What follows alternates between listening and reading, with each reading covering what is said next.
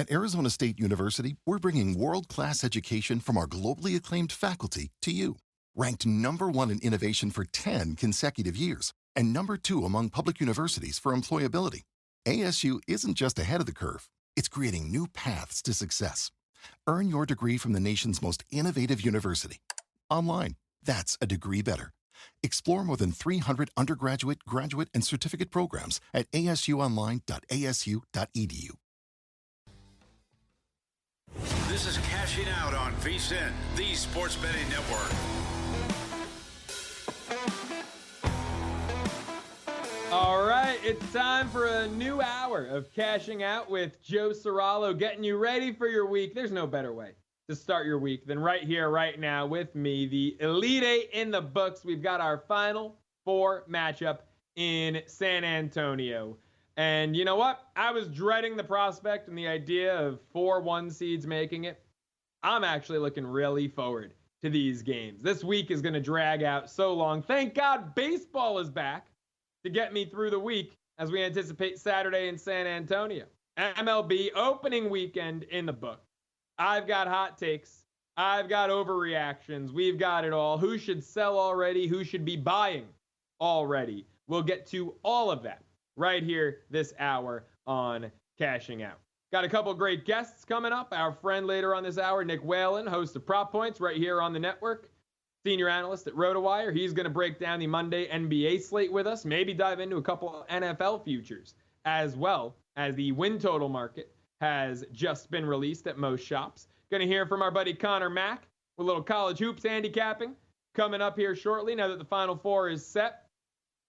I can't wait for this Houston-Duke matchup. And this is going to be the old school versus the young guy, Kelvin Sampson versus John Shire. And Duke's got the star power, and Duke's got the #1 overall pick. And Houston's got toughness. And Houston's got work ethic. And I love this sit-down. I saw a clip from a sit-down with Kelvin Sampson earlier, and I had to retweet it because what I was watching was just absolute gold. And it was Kelvin Sampson saying that he doesn't want to recruit any entitlement kids. That first he evaluates character, and then he recruits. And you look at this Houston team. And is it the most talented team in the nation? Absolutely not. They're nothing to scoff at. Look, LJ Cryer is a beast, and Roberts is a stud, and this is probably the best offensive team Sampson's had in Houston. But you look at the way that they profile, they're not Duke, talent-wise. But these kids work so damn hard. And that work ethic shines on the court every time you watch a Cougars game. Tennessee manhandled a good Kentucky team in the Sweet 16. And Houston absolutely stifled the Vols offense in their Sunday morning, if you're out here on the West Coast, Elite Eight matchup. I mean, Tennessee missed, their first 14 threes? First time ever in the Elite Eight, a team has only scored 15 points in the first half. First time ever a 1 or a 2 seed has only scored 15 points in the first half in the tournament. Tennessee's performance was awful, but it's not just that Tennessee stunk, that Houston absolutely swarmed them defensively. Wouldn't give them a look. Tennessee couldn't work it inside. They couldn't get anything from the outside. Houston just absolutely controlled and dominated that game from start to finish. And you look at Kelvin Sampson's last 6 seasons. The guy has been the model of consistency in college basketball. 2 Final Fours, an Elite Eight, 3 Sweet 16s. The Sweet 16 has been Houston's floor the last 6 years. Think about that. Even for the Blue Bloods, how difficult that is to achieve. Since December 1st, VSiN's own, our friend Paulie Howard, tweeted this out a few hours ago. Houston, since December 1st, after their 4-3 start and their loss to San Diego State, 30-1 straight up. Only lost to Texas Tech by a point. An Elite Eight team that had a 9-point lead over Florida with 3 minutes to go for a ticket to the Final Four. That's Houston's only loss since December 1st. That was on February 1st. They got another crack at Texas Tech. They beat them 69-61. Texas Tech just had the Gators on the ropes. after Arkansas had them on the ropes. I've been saying it. It's kind of funny. Texas Tech got Texas Tech. They pull off the 16-3 run to force overtime against Arkansas. Florida pulls off the 15-4 run to win by 5 against the Red Raiders. But Kelvin Sampson, the job he's done with this squad is nothing shy of sensational. Let's hear from the coach after they just manhandled Tennessee. I'd seen Tennessee play quite a bit. I knew Zakai Ziegler and Chaz Lanier, and their Deganey kid.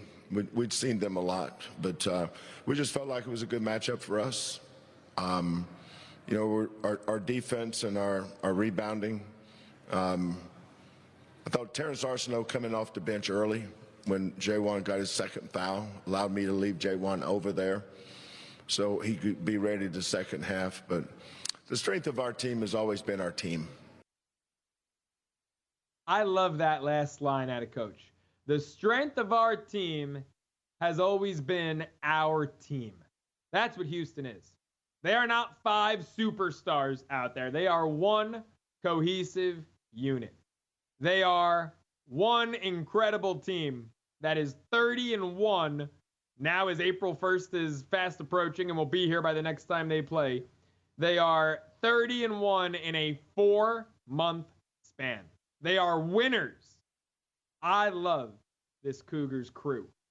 And it's funny because after the Auburn-Michigan State game, when we had our Final Four set, first time since 2008, second time since the tournament expanded to 64 teams in 85. We've got all 4 1 seeds there. I sat down and I power ranked the 4 remaining teams. And what I came up with was probably different, marginally different than the power ranking I had on Selection Sunday.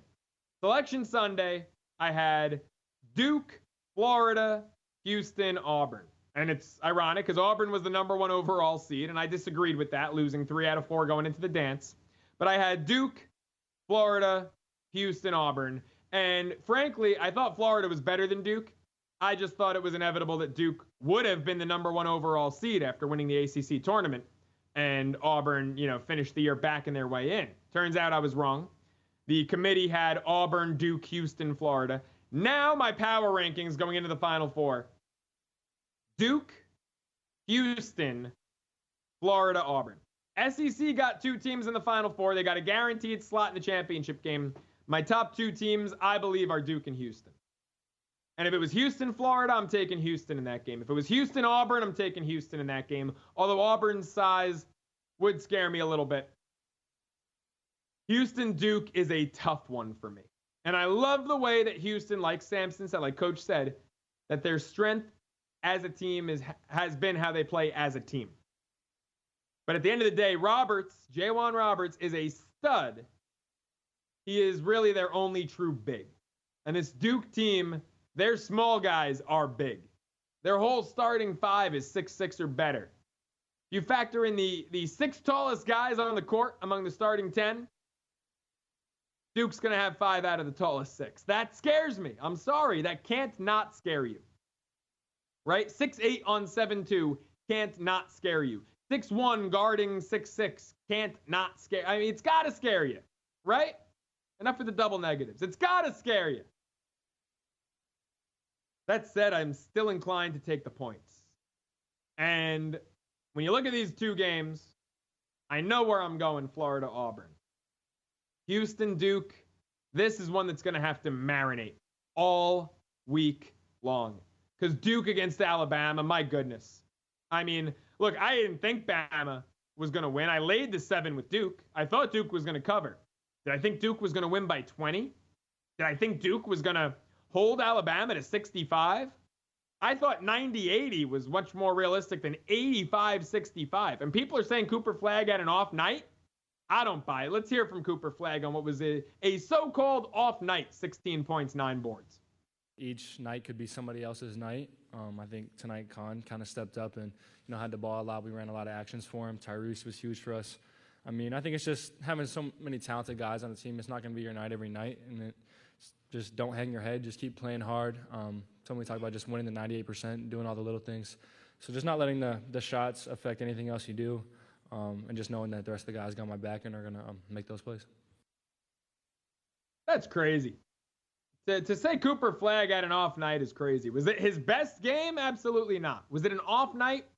I would have liked to see fewer turnovers. I thought 4 turnovers was honestly the worst part of his game. 16 points, 9 boards. By the way, it's a Bama team that's been great on the boards all year long. Duke was plus 11 on the glass. I thought Cooper Flagg was fine. I thought Duke looked great. I'm sitting on this one because my gut check is I want to take the points. But I'm going to wait because I think Duke money is going to come in all week. I think we're going to get a better number than 4.5. In the other game, Florida-Auburn, I'm laying 2 and a hook with the Gators off the bat. It's already done. It's already placed. Give me Florida minus 2.5. They already went to Auburn, true road game, and beat them. I have Auburn power ranked as the weakest remaining team. Bruce Pearl and his squad deserve all the credit in the world. I didn't have them in the Final Four. I had Sparty beating them in the Elite Eight. They deserve all the credit in the world for being there. That said, I was not impressed with Auburn. Michigan State lost the game by 6 where they shot 34% from the floor and 30% from 3. I thought Sparty looked worse than Auburn looked good. And outside of Janai Broome, not a single guy on Auburn made me, watching that game, say, oh, if Broome gets neutralized, he'll step up. Not a single guy. Love Pettiford. Think Pettiford can be that guy on any given night. But I didn't see it against Michigan State. I saw the Janai Broome show, and then in the second half, a little Sparty surge when Broome was clearly, visibly in pain. I'm laying 2.5 with Florida. Not wasting a second. Last time they got a scare against UConn, they blew the doors off Maryland. They have their scare against Tech. I think they're going to win and cover against Auburn. Folks, Edge Boost is the first ever bank account built for bettors. It ensures that all gambling transactions get approved. That means no usage fees. It means no minimums. It means you can earn cashback rewards and get 100% approval on all betting deposits. So sign up today, edgeboost.bet, promo code CASH. If you deposit $25, Edge Boost will match the deposit. That's edgeboost.bet. Talking more college hoops with our guy Conor Mac. Up next, it's Cashing Out with Joe Ceraulo.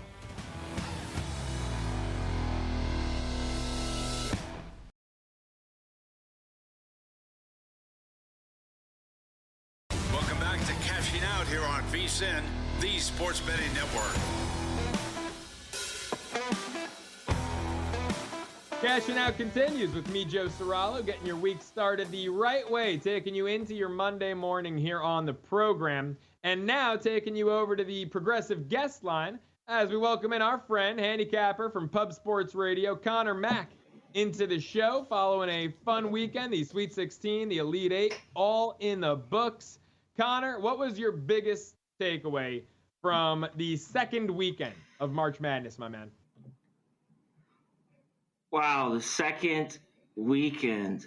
Wow, I think there was a couple in it. I think just the resiliency of Florida to just keep fighting back. I mean, this team's down. The great coaching there to foul and get those 1-and-1s. And, of course, need them to miss. They miss. And to go down and all of a sudden get red hot from 3, Clayton and the rest of them, it just I think that was kind of the biggest thing. Alabama, ice cold. Duke keeps going. And just a good pick-me-up game, what I thought was a pretty good matchup for Houston. We will touch on they're playing with Duke, and it could be a little bit different, but just a great game by them here to get back to the Final Four. Yeah, well, actually, let's go in that direction right now. Houston, Tennessee, what did you like about that matchup for the Cougars? What can they carry over from that matchup into their approach against a much bigger, much different Duke team? Yeah, I think they can just carry on from the jump, like everything that started from them and their defense that's so good. And even their hustle, offensive, defensive rebounds, it just kind of Tennessee couldn't get a shot. They were being out hustled and kind of got punched in the mouth. And it was and they were so stunned. And to hold the team, even like Tennessee, who can struggle, especially on the road, to only 15 points, was really, really good. And then for the run, I thought the biggest thing was the second half, where we've seen them struggle. In that Purdue game, they were up 10 with 8 minutes left, and they scored 4 points. Like that was a struggle. That's how the game got back to tied up. And then, of course, they win it with the layup with the great inbounds pass. So I thought that a little bit too. Tennessee a small run, them to finish off. So a little bit to start and the good finish to hold Tennessee off for Houston. Yeah. So you look at this early line, Connor, and it looks like Duke is laying 4.5 across the board at pretty much every shop. There is a stray 5 out there. What are your thoughts on where this line is going to move throughout the week? Should it stray from that 4.5 number? Which direction do you think it goes in? Which side is your early gut check telling you to take? My early gut here, I think this moves just with Duke, maybe a little bit. As we see, the 4.5s, I don't think it goes past 5.5 here to 6. I just don't see it. I think if you see 5.5 to 6, I think there'll be a buyback on Houston in this game. Yep. And I think Houston is in this one. One thing I wanted to touch on, these two teams played different teams, but they played last year in the Sweet 16. And I want to get to it. That game was 54-51 last year. Of course, Cooper Flagg's there. A lot of the same team here with Houston is back. Cryer, Roberts, they're back here. But that was just a dogfight game, 54-51. I think this total is just too high. Now, both these teams are so good. Their offense efficiency, that's why they're here. And they both can shoot the 3-ball well. But I don't know how this game is played fast here in up-tempo. We see Duke 267 in pace, not a crazy team that gets up and down in the ACC. And then Houston, 358. They're always the classic 355 to 360 right around there. And they're there again because I don't think they want to get up and down with Duke at all. I think this total was just too high. I thought this, coming out at 137.5, I think it continues to go down a little bit here. I had this more in like the 133 range. Yeah, I mean, we're already seeing 136, 136.5. There is a 37.5 still out there, but I think 136.5, the most common number we're seeing. And this might be a market to get in on early if you're looking at the under, because I think that's where the money's going to come, and I think it's going to go down. So different than the 161, 160.5 we're seeing in that Florida-Auburn game. What was your initial reaction, your takeaway, Auburn, Michigan State? And as we look ahead to the Gators and the Tigers, what are your early thoughts on that matchup? Yeah, I thought what a great start for Auburn. It just something they needed. Both problems with both those teams today were first halves. And it was again with Michigan State. They were down just every game first half. I believe they were up against Bryant, but they had been down. Only by 5 and they just kind of though. Yeah, down exactly. And Auburn slipped up. I had Creighton. One thing, I didn't take Michigan first half, as we saw the great, last 10 to 12 minutes that they had. 3 started going, and Auburn just pulls away late. So I thought that was the big spark for them. The defense looked good. And Michigan State, when it came down to it, which I thought Auburn would win this game between them, the shots just didn't drop. They just a team that shot 30% from 3 all year long. Tough, of course. Izzo, you got to love him. But I just thought in the end, Auburn would make more shots. And in this game, the biggest one, now Auburn with Florida, of course, they played earlier in the year, 2 number 1 seeds in this game. And just one of the biggest outliers, and I believe that was February 8th. I had the date real quick, but for Florida to go into Auburn and win that game, 11-point dogs they were in that matchup, going in there and win by basically, I believe, what was it, 90-83 as well? Yeah, 90-81, yeah. Just 90-81. Okay, sorry, I had that glance down. Just was really big. And, of course, that's what got them in their game. And it always is so prevalent in the NCAA tournament is guard play. And that's what Florida has. Of course, Auburn does as well. Of course, they have Broome. Very good. He was, once again, great tonight, especially right early off the jump. This game's tough to me. This is a coin flip. So Auburn was playing a little bit down, everyone thought, to start. Maybe they shouldn't have the number 1 seed. But they're here now. And I think this is going to be a great basketball game. Higher total. I think we see points. I don't know if we get over this. We might. I need to do a little bit more dissecting of this game a tad bit. but I think this is going to be a really, really good one with Florida just playing tough games to get here. You know, the hold off on UConn to win that game, and then the comeback versus Texas Tech. I had Tech first half. They slipped in there nicely. And then, live I jumped on Florida, which was great. But two great rebounding teams, two teams that are great defensively. Florida a little bit better. But top teams, offense efficiency, top 10. This is what you want to see, right? This is the best of the best. And I think it's just going to be a great game. And I think there might be a little bit of value with Auburn. And it's kind of a coin flip here on a neutral. Interesting, because Connor, I was in full agreement with something you just said. However, that kind of led me to laying the 2.5 with Florida. You talked about guard play. And obviously, Jedi Broome down low is incredible. But I struggle to look past Broome on this Auburn team. And I said it coming into the tournament, how Broome goes, this Tigers team tends to go. I struggle to see another guy who can step up. If the Gators neutralize Broome and step up and take the pressure on his shoulders and be a difference maker. And I like Denver Jones, and I like Pettiford a lot off the bench, their sixth man. But I think Walter Clayton Jr. is the X factor here. And you talk about veteran guards and guard play and leadership, and I think Clayton Jr. is the guy. And that's why I'm laying the 2.5 with Florida. I'm curious, final minute and a half here, Connor. How would you power rank the 4 remaining teams? Okay, Well, I think you're right. It's big, and he was huge in the final minutes. I know we have a minute and a half here with Clayton, and I get that's why you even the 2.5. I mean, wow, I can't wait to kind of look. I would look at this game a little bit deeper because they're just playing a little better. I would go here, number 1, Duke. I would take them right away because I thought they've been the best team all year. In a down ACC, I get it. We could get that argument. We could go round and round. I think it'd be great to talk about it. I think 2 is Florida. I really do. And I think Auburn's right there. It's kind of neck and neck, 2, 3, and then 4 is Houston. The problem I thought with Houston, the matchup was great with Tennessee after the kind of the bad loss. Cryer, after a bad game, came out red hot. If they shoot it well, they definitely are in it versus Duke. But it's happened with them while I've kind of faded them when they got to this point.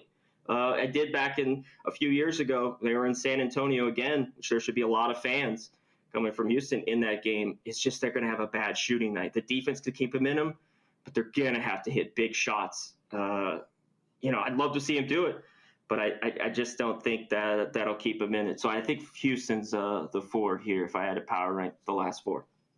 Well, Connor, like we spoke about earlier, my man, I'm intrigued to see how that line moves, what happens with it. You had a great point with the 5.5, 6, because that was kind of my key number. I'm looking for a 6. I'll be patient. Yes. I'll see if we get there. But I appreciate your time. Thanks so much for joining the show. Make sure you folks follow him on Twitter at Conor Mac Picks. Check out his terrific handicapping over at Pub Sports Radio. Up next on Cashing Out, a look into Monday's NBA slate. Don't go anywhere. It's Cashing Out with Joe Ceraulo.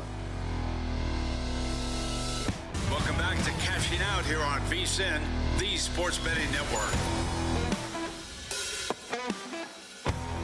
Cashing Out continues with myself, Joe Ceraulo, our friend, the host of Prop Points right here on VSiN, Nick Whalen, senior analyst at RotoWire, joining us now on the progressive guest line to look ahead to Monday's NBA slate.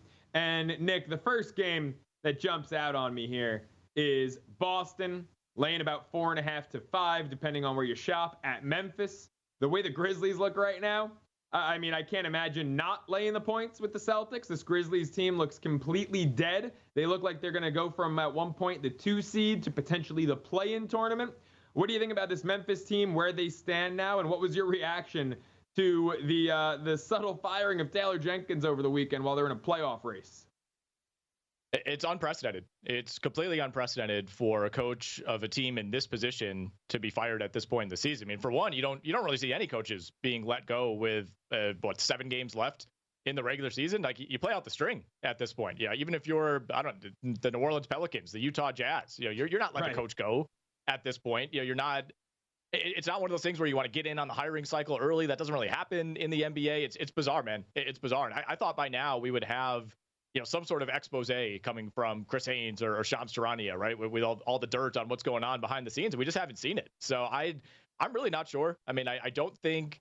I think if you polled the media or just kind of people who follow the NBA, I think they would have told you that Taylor Jenkins is on the list of the 5 to 10 best coaches in the NBA, and I think some would even have him higher. I mean, he was 4th in Coach of the Year odds at the time of the firing earlier this week. So I was as puzzled as everybody else. I haven't really seen a reason for it. The only thing that's been thrown out there is maybe he was butting heads with John Morant, with regard to the Grizzlies offense. But I mean, John Morant has missed half the season. He's missed over half their games over the last 3 years. So to me, nothing that's really gone on with this Grizzlies team. Yeah, they're under 500 since the All-Star break, but I don't know how much of that you could really tether to John Morant, who's just not been available enough to really make a difference. But anyway, looking at this game between Boston and Memphis on Monday night, like you said, line's been bouncing around. It was at 4, saw it at 5, now settled at 4.5 at the DraftKings Sportsbook.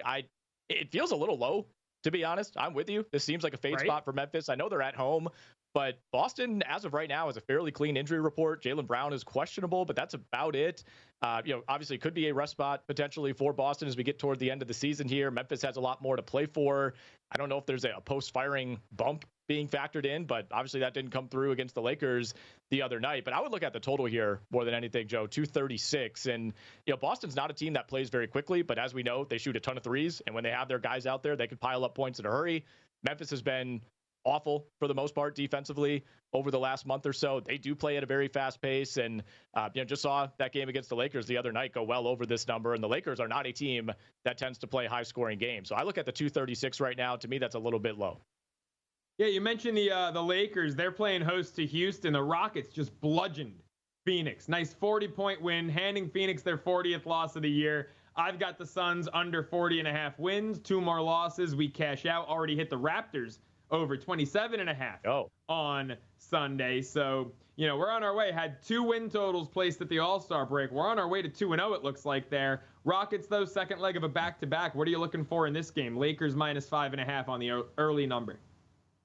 First of all, great call by you on Toronto, because I don't think anybody was really on that Raptors team coming out of the break. But they have accidentally won so many games that I think they didn't want to win over the last couple of weeks. They're pulling starters. They're resting RJ Barrett every other night, and they're still winning. They won again earlier on Sunday. But looking at Houston and LA, I mean, it's a tough game to handicap. There's some trends that would push you in favor of the Lakers, but really in watching these teams over the last couple of weeks, it certainly feels like Houston is playing significantly better. A lot of the basic, net rating type of numbers would certainly back that up. Lakers defense has really fallen off a cliff. Really since the LeBron injury, they haven't quite recovered that. Houston, meanwhile, number 1 in the NBA in defense over the last 10 games. So my first instinct here would be to just grab some points with Houston. You can get that at 5 right now at the DraftKings Sportsbook. Again, it is the second leg of a back-to-back. I get that you're traveling out to LA, but they also, beat the Phoenix Suns by 39 on Sunday night. That was not a game where you're extending your starters. Nobody's playing 40 minutes in a game like that. So I don't really see that as a huge disadvantage for Houston. This is another spot, Joe, where I would consider the under 226. We'll see if Houston holds anybody out on the second night of a back-to-back. My guess would be no, given where they are and how tight the West is right now. But the Rockets also are a top 5 team in the NBA right now in terms of limiting opponent points, assists, and rebounds. They're top 5 in all 3 of those categories. So I would tread a little bit lightly here. If you're looking at the Lakers prop market, can always be appealing to go to LeBron or go to Luka Doncic. And the last thing I'll say on this game is this should be a spot where Houston can get out in transition. They're not a team that tends to do that. They don't like to run. They don't play super fast, but the Lakers have been horrendous in terms of fast break points allowed. Dead last in the NBA over the last 10 games. So that's something I would look at as well. Yeah, to your point, great point about Houston winning by 40 and not having anyone play major minutes.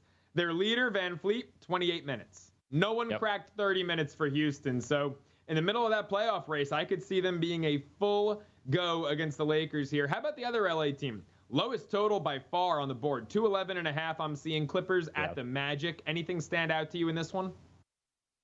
Yeah, not too much as of now. We'll probably dabble in the prop market, as that game gets closer. I would lean Clippers here. It's not necessarily a great schedule spot for LA. They are on the second night of a road back-to-back, but did play early in the day. I think that was like a 3 p.m. Eastern tip on Sunday in Cleveland. So you got a little more time at least to travel. And Orlando's been so difficult to project night to night. It's still not a team that I love betting. I don't bet a lot of props involving Magic games because they do tend to be so low scoring. But the Clippers played the Cavaliers, essentially a full strength Cavaliers team today. Really tough. Almost won that game without Kawhi Leonard. He will presumably be back out there tomorrow. I think we should get a pretty good number, by the way, on Kawhi's points prop whenever that comes in. My guess would be, if you can get 23, 24 and a half, it'll probably be a little bit lower going up against Orlando. But we are seeing peak Kawhi Leonard over these last couple of weeks. He's playing, 38, 39, 40 minutes. You just did that the other night. So he's fully extended. He is kind of right where you want him to be.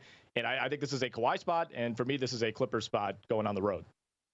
Nick, the Thunder laying 14.5 to Chicago. OKC has got the 1 seed locked up. Chicago can score. We know that. Yeah. 14.5 too many?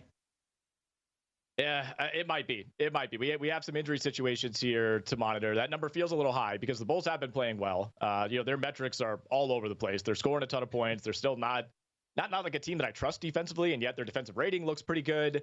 Bulls could be without Josh Giddey. That is a big one. Obviously, this would be a revenge spot for him going back to OKC, but he is questionable. I think with where this line sits, it implies to me that he probably isn't out there. Isaiah Hartenstein, Chet Holmgren, Jalen with an I, Williams, all questionable on the OKC side. So we do have some moving pieces here. OKC obviously has been excellent at home. They've cleaned up in these spots for the most part. But like you said, Chicago #1 in the NBA in pace right now. They've kind of figured out that is their way to hang in games. But OKC, in theory, on paper at least, Joe, has the defenders to throw at Kobe White. And if it has to be the Kobe White show against OKC, I don't think that is a winning proposition. If Giddey's not out there, Kevin Huerter's already been ruled out. I think that's putting a little too much on Kobe White. So I get why that number's at 14.5, I suppose. Yeah, Kobe White with the rotating duo of SGA or Lou Dort on him might struggle a little bit to go for a 40 piece like he's done a couple times recently. Nick, I was told that you have some early NFL win totals that have caught your eye. They've been released at some shops. What stood out to you the most in that market? Yeah, I'll try to run through a few here and not be too long-winded as I am one to do. But yeah, these are up at the DraftKings Sportsbook. I know they were up at some other books late last week. I absolutely love the NFL win totals market. It's just, unlimited discussion this time of year. The first one that jumped out to me, Joe, Seattle, 8.5. I like the under here. They do play the AFC South. They do play the NFC South. So I think that is a part of this number. But there's just so much uncertainty with Sam Darnold. You have another new offensive coordinator coming in. This will be 3 OCs in 3 years for the Seattle Seahawks. You shed, a big-time talent at wide receiver. You let go of Tyler Lockett as well, who still was playing well, into his mid-30s last season. I like Cooper Kupp. How many games does Cooper Kupp play? There's no depth beyond he and Jackson Smith and Jigba in that receiving core. And this is a team that I thought if you caught them on the wrong day, they looked like they had the worst offensive line in football at times last year. Yep. That still needs to be addressed. You can't address all these things in the draft. So I'm looking at the under right now and that 8.5 for Seattle. I would do the same for Arizona as well. One of these teams is for sure going under. Maybe you have to pick one or the other, but the number's at 8.5 for the Cardinals. Like Seattle, they play the AFC and the NFC South. Again, there are some winnable games in there, but to me, Arizona has so many areas they need to improve. I don't know really what the path is to accomplishing all of that. It's a team that, to me, I feel like they got worse year over year. Marvin Harrison was not quite the player that they thought he would be. Got a lot of aging pieces on that roster. The defense kind of needs a full overhaul. So to me, that was one that I thought would come in at 7.5. I was surprised it was 8.5. Nick, the NFC West, beyond intriguing to me. I remember when the division odds first came out, Rams were plus 230. I thought it was something to jump on. And then a few days later, plus 160. Obviously, the market caught up. Really appreciate the time, man. Thanks so much for hopping on. Hey, you bet, man. Thanks for having me. Make sure you check out Prop Points. Nick's show, weekdays 2 to 3 p.m. Eastern right here on VSiN. Of course, does great work as the senior analyst over at RotoWire. Folks, don't forget, if you want Nick's picks, my picks, other guests on both of our shows, you've got to become a VSiN Pro subscriber today. For just $9.99 your first 30 days, you can get all those best bets, plus more like exclusive betting splits from DraftKings and Circa, 24/7 video access on the VSiN Watch app, and our March Mania betting guide. Tournament's almost over, but not quite. That betting guide's your game plan for a profitable Final Four. VSiN.com/subscribe, just $9.99. Let VSiN help you make some money.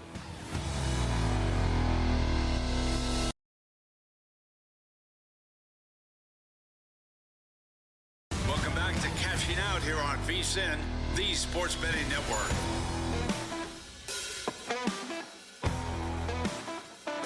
Cashing Out continues here with me, Joe Ceraulo, getting you ready to start your week, ready for your Monday. There's no better way to begin the week than right here, right now with me on VSiN, the Sports Betting Network. We've got a jam-packed Monday MLB slate to dive into, folks. 14 games on a Monday? When the hell did we get that? Only the first week of the season. You know, Mondays are going to get a lot lighter as the season progresses, but we've got a lot of games to get into. I've got a couple Monday best bets on the diamond.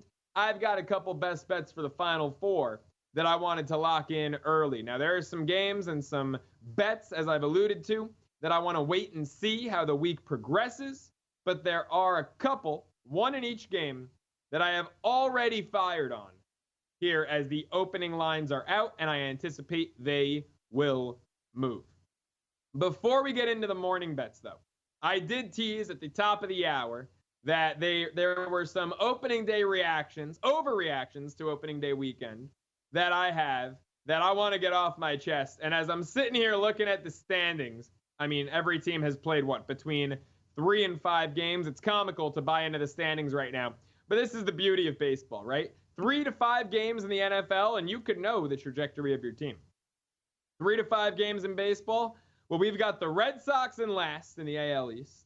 We've got the White Sox not in last. In fact, the Twins and Tigers, 2 popular picks to win the AL Central, are both winless.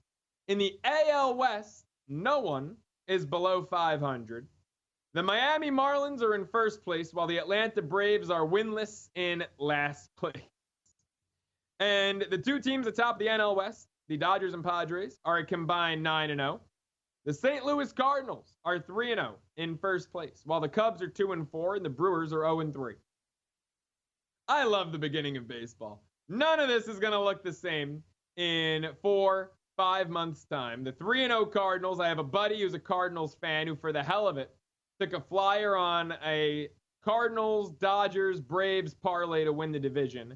And I told him, cash out now. They're 3-0. Cash out. He reminded me, I think the last time St. Louis was 3-0, they won the World Series that year. Mike, if you're watching, if you're listening, cash the hell out now. The Cardinals 3-0 first place. I have them slated as the last place team in the NL Central. Will they be the last place team? We'll see. But I think it's going to be a fire sale in St. Louis. I mentioned a fire sale earlier at the top of the hour. And I think the Toronto Blue Jays, they're 2-2. They salvaged a split with the Orioles. I think we all know where this Blue Jays season is going, and I think the Blue Jays should start selling. Max Scherzer's already hurt. Coincidentally, ironically, the guy who might be their best pitcher this year is taking the bump for their 5th game of the season, Bowden Francis. I love him. He's their only starter on the right side of, 33, 34 years old? I mean, he's the only guy whose age starts with a 2 in the rotation. I love Bowden Francis. That's not a good thing if you're the Blue Jays, if every other starter is already getting up there. Scherzer, Chris Bassett, who, looked fine. He went over his K-prop, also gave up 8 hits, just managed, and hey, let's give him credit for it, managed to prevent guys from scoring despite constant traffic on the base paths. I think Toronto should start the fire sale early, and a team that I think has shown us through their 2-2 start, being outscored 14-8 in those 4 games, a team that needs to buy, the Seattle Mariners.